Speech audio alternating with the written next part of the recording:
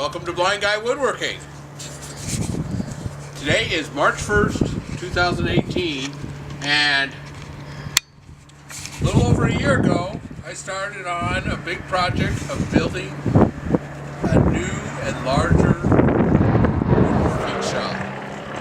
So with that said, let's go inside. Okay, here we are inside the new and improved version of Blind Guy Woodworking.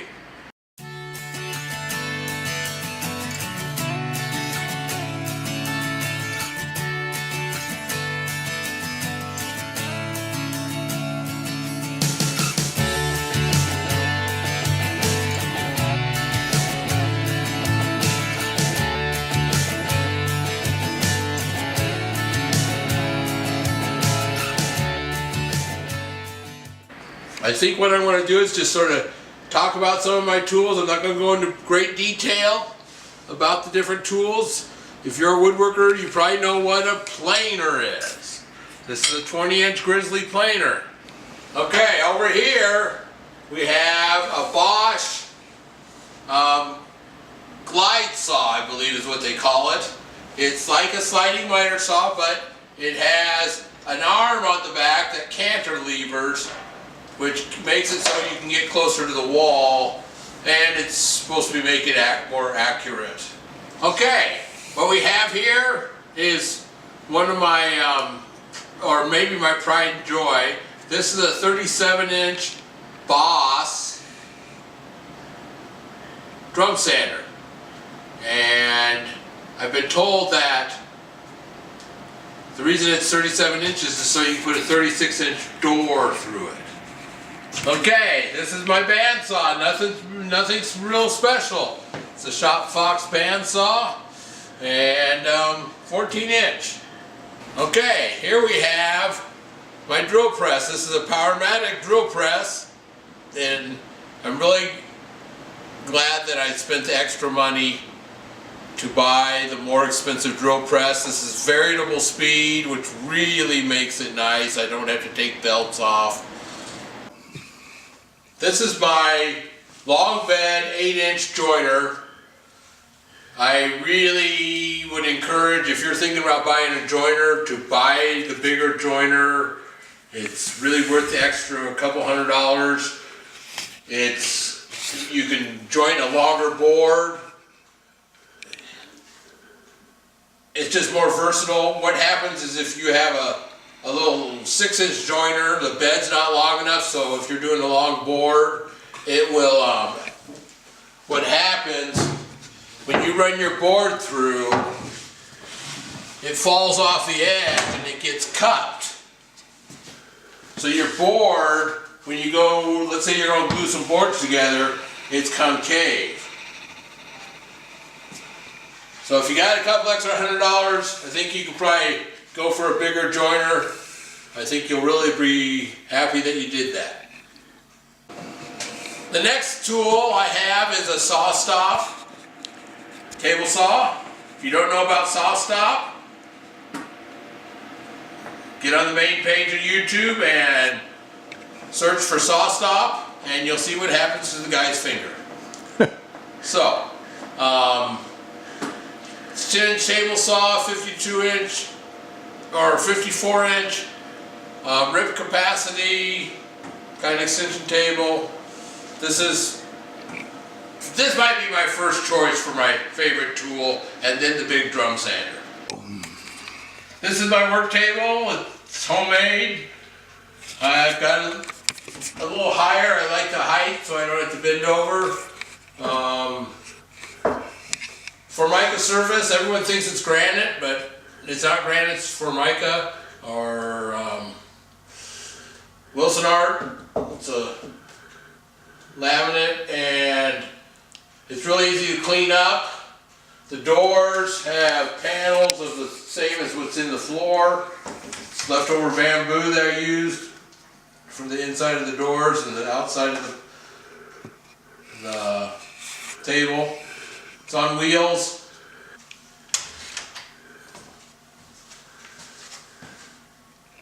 What I have here is a Grizzly 3 horsepower shaper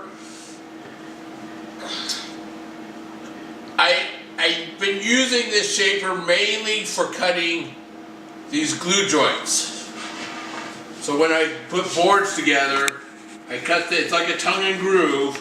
I cut the glue joint, and it's just a stronger joint, a little more surface area. That's mainly what I do. You can also cut door panels. It's got a feeder on it because it's pretty powerful. It would remove your finger pretty easily. This will feed the board through it, so you don't have to have your fingers close to it. But yeah, great tool. My next tool over here in the corner is a disc belt sander combo. It's a Rikon. You know, this is one of those tools that you may not use a whole lot, but it sure is handy to have when you need to sand off an edge or a corner. So, it's a great tool to have. It's very useful, but you may not use it every day like you do a table saw or a joiner. I got 3 of these cabinets that I have on my back wall. They're from Lowe's, Gladiator. They're great for holding all kinds of stuff. I've got 3 of them. This one is just sort of my miscellaneous cabinet. Got a snake here for my dust collector, wheels, belts. Got some paint, stain, and different things. It's just sort of a miscellaneous cabinet. The next cabinet is my fasteners cabinet, I guess I would call it.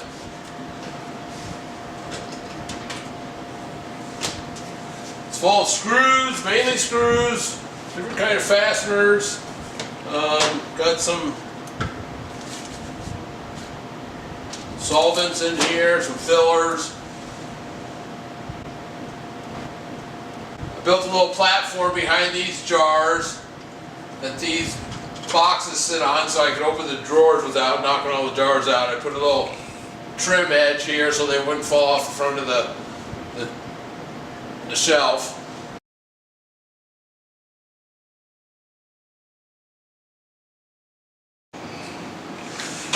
Next, we have my toolbox.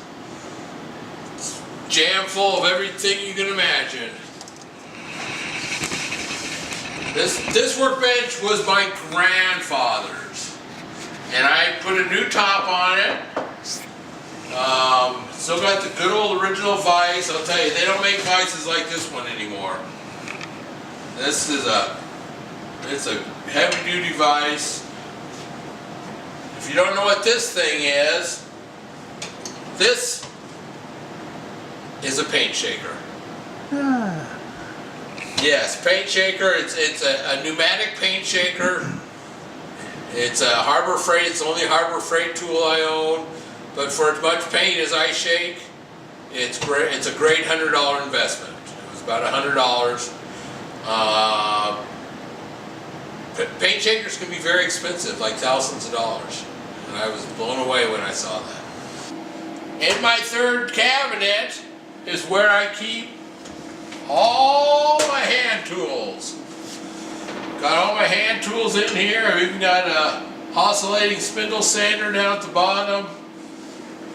Got a brand new DeWalt skill saw, or circular saw. So,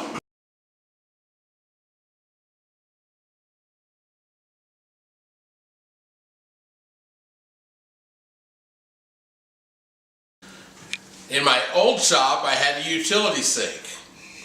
When you have a utility sink in your shop, you just gotta have it again, because once you've got water at your disposal, it's great. So I was trying to determine how I could do this, because it was going to take some major plumbing to put the sink in. Well, I had a plumber come over and talk to me. He says, well, why don't you put a macerating toilet in? And I said, what's that? He says, well, it's a toilet that grinds up sewage. And I'm like, no way, that's too much work to put a toilet in. Well, one thing led to another, and I started snooping around on the internet. And I looked at these toilets and I thought, hey, that'd be pretty easy. But the toilet's got a pump in it. It grinds everything up and makes it into a slurry. And I can hook a utility sink to the pump too. So I was all on board for that. So I bought one of the toilets, got it here, got it over Christmas, and got the toilet here. And I went to the city to get my plumbing permit, and they said, nope, can't do it. They said, you can't put one of those in unless your sewer line is higher than your toilet. So, I was very frustrated with the city because the plumber that was here said I could do it.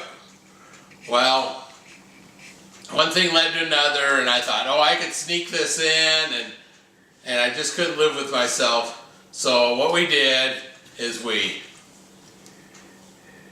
tore up the floor, tore up the concrete in the floor, all into up by the front of the house and into the basement. So I had to go through two concrete walls, drill 4.5-inch holes through two concrete walls, and run a main sewer line, and then hook the utility sink up to the main sewer line. Well, you know, I sleep better now because I know I did it right. This is one of the cores that came out of the foundation when we were doing the plumbing for the bathroom. This is solid concrete that we cut out. It passed all the inspections, and it's good now. So now, because of this whole ordeal, I have a properly plumbed toilet and a utility sink. And because of that, what happened is I had this little wall bump out here for the toilet room, and over here in the corner was going to be an empty space. So we closed that off, and now we have a closet over there. This is my storage closet. Got a downdraft table in here. My new toy, battery operated miter saw. It's pretty slick when you're going on job sites. You don't have to haul cords around with you. Kirby vacuum. Kirby vacuums are great for cleaning up shops. They'll suck about anything off the floor. Got a couple ladders over in the corner. Got some cords hanging here. Just works out well. I close the door and it keeps the dust out.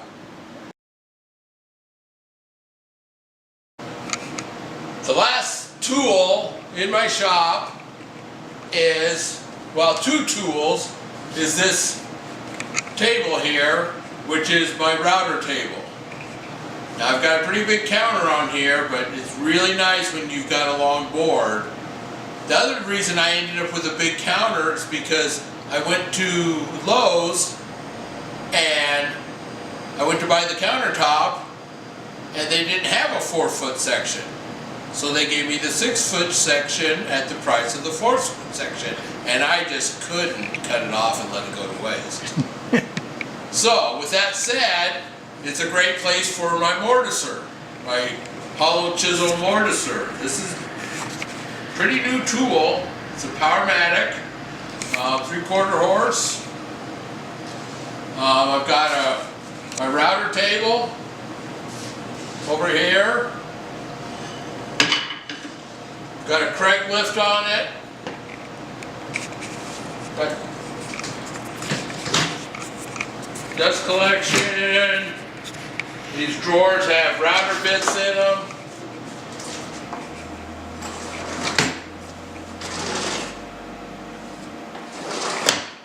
This drawer has all kinds of just miscellaneous supplies.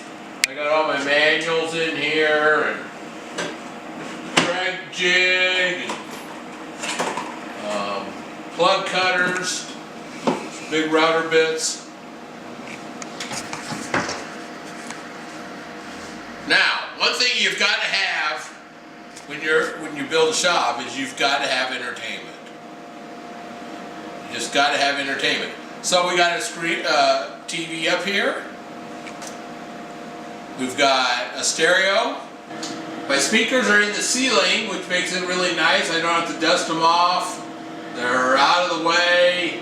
I've got 6 speakers total, 2 in the panhandle where we came in, and 4 in the main room. They're hooked to a Sony stereo. Great way to pass the time. Woodworking and rock and roll. One of the things I want to talk about in more detail is the things that are unique about the shop at Blind Guy Woodworking. First of all, we talked about the bathroom, utility sink, that's sort of a luxury. I've also got a floor that is cushioned. The subfloor under this is the same principle as a gymnasium floor. Now, under the floor, we have the subfloor is OSB, half-inch OSB, and every 12 inches they have these Neo shock pads. There's the whole floor, there's probably about 1,000 of these. Every 12 inches, yes. I stapled them all on. My daughter and I stapled all these onto the floor, turned the board over and put them down, face down. Then what you do is you take a second board, half-inch, and you lay it across the seams of the first layer. And then you staple it all together with like inch staples. And it ties it all together so it's one big piece of floor. Now it is not attached to the walls, so it's a floating floor. Now, then I put a moisture barrier down. That's what this plastic is. And then on top I have bamboo, which I think is pretty neat because bamboo is a renewable resource. But what they do with the bamboo is they pull it all apart, and then they weave it, and then they heat it up, and they put resins in it, and they put it under pressure and compress it. And it makes it really hard. They say it's 5 times harder than oak. And this floor been down for a little over a year, and it's wearing very well, even with a 1,000-pound planer rolling on it. And it's got a little give to it, so it makes it so your legs don't ache after being out here for 12 hours a day. So,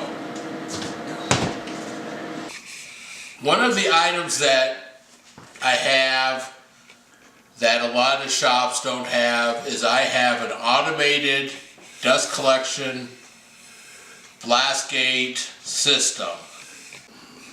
The company that makes this system is called IVAC. It's a Canadian company, and what happens is you put these little yellow boxes on the cord of each one of your tools,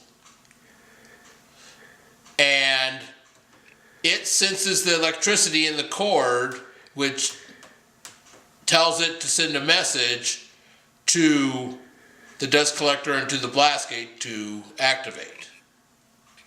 So it's sort of like this.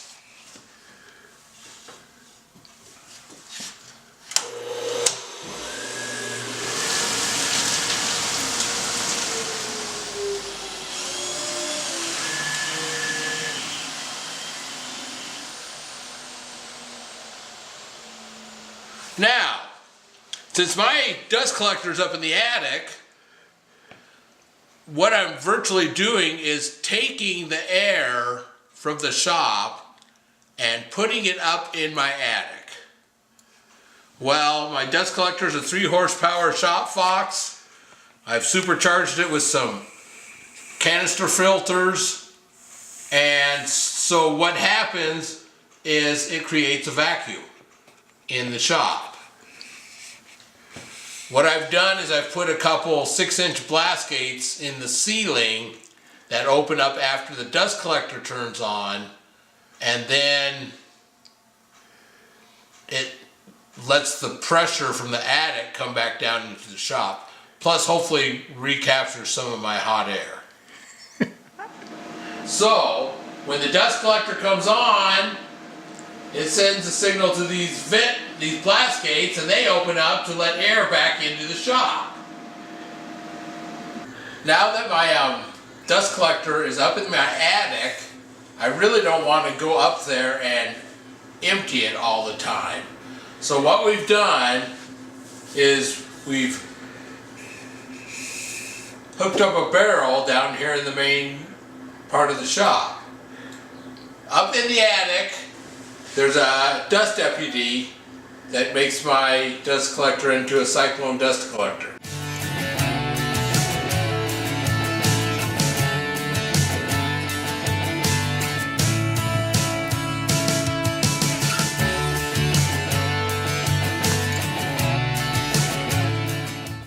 And it separates the dust, 90% of the dust and chips, and puts them in this barrel. Well, all we did was extend this pipe from upstairs down here, so that way I don't have to go upstairs to empty my barrel. But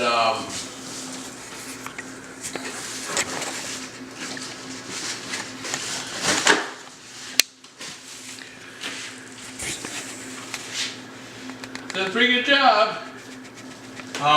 There's a laser beam on here that goes off when the barrel gets full enough, and is getting pretty close to full.